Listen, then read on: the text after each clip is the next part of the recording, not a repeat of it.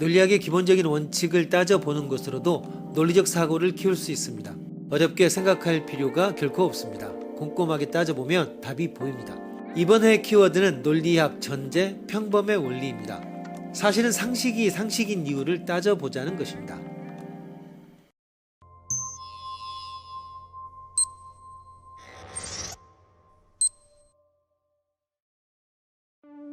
상황 A. 당신은 길에서 복권을 한 장 받았다. 복권은 모두 100만 장. 당첨 복권의 장수는 주최측이 조작이 없는 동전을 던져 앞뒤에 따라 10장 아니면 1000장 가운데 하나로 결정한다. 즉, 당첨 복권의 장수는 10장 아니면 1000장, 확률은 50대 50이다. 그런데 당신이 받은 복권을 긁은 결과 당첨이었다. 가설이 100만 장 중 10장이 당첨이다. 가설이 100만 장 중 1000장이 당첨이다. 가설 1. 이 중 어느 쪽이 참인지를 추측하면 경품을 받을 수 있다. 어느 쪽인 참인가? 상황 B. 우리들의 혹성 지구에 생명체가 존재하는 것처럼 생명체가 사는 혹성은 이 우주에 몇 개나 있을까? 관측 가능한 우주에는 1천억 개 이상의 은하가 존재하며 각각의 은하에는 1천억 개의 항성계가 있다. 그러면 이 우주의 지구와 같은 혹성은 1조 개 정도 있는 셈이 된다. 이들 중 생명체가 존재하는 혹성은 몇 개일까? 다음 두 가설을 비교해보자. 가설 1. 약 10,000개의 혹성에 생명체가 있다. 가설 2. 약 100개의 혹성에 생명체가 있다.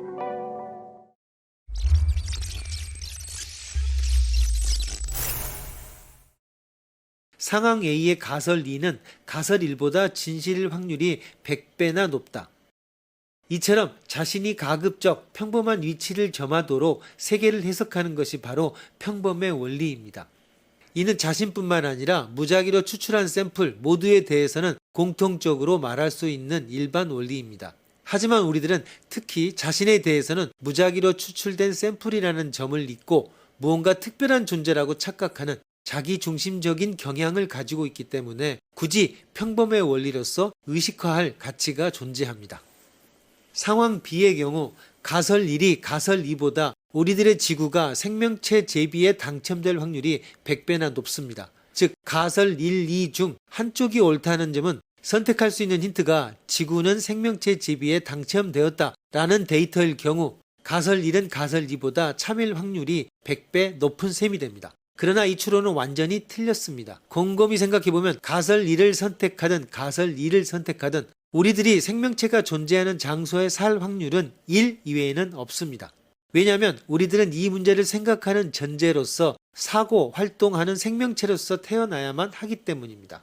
문제를 생각하면서 꽝을 뽑을 가능성도 존재했던 제비의 예와는 이 점이 근본적으로 다릅니다. 생명체 제비는 꽝을 뽑을 수 없는 편향적인 제비 뽑기였던 것입니다. 이를 관측 선택 효과라 부릅니다. 지구라는 데이터가 본래 편향적이기 때문에 가설 1과 가설 2의 상대적 신뢰도는 지구가 생명체 제비에 당첨되었다라는 사실을 고려하든 않든 간에 별 차이가 없습니다.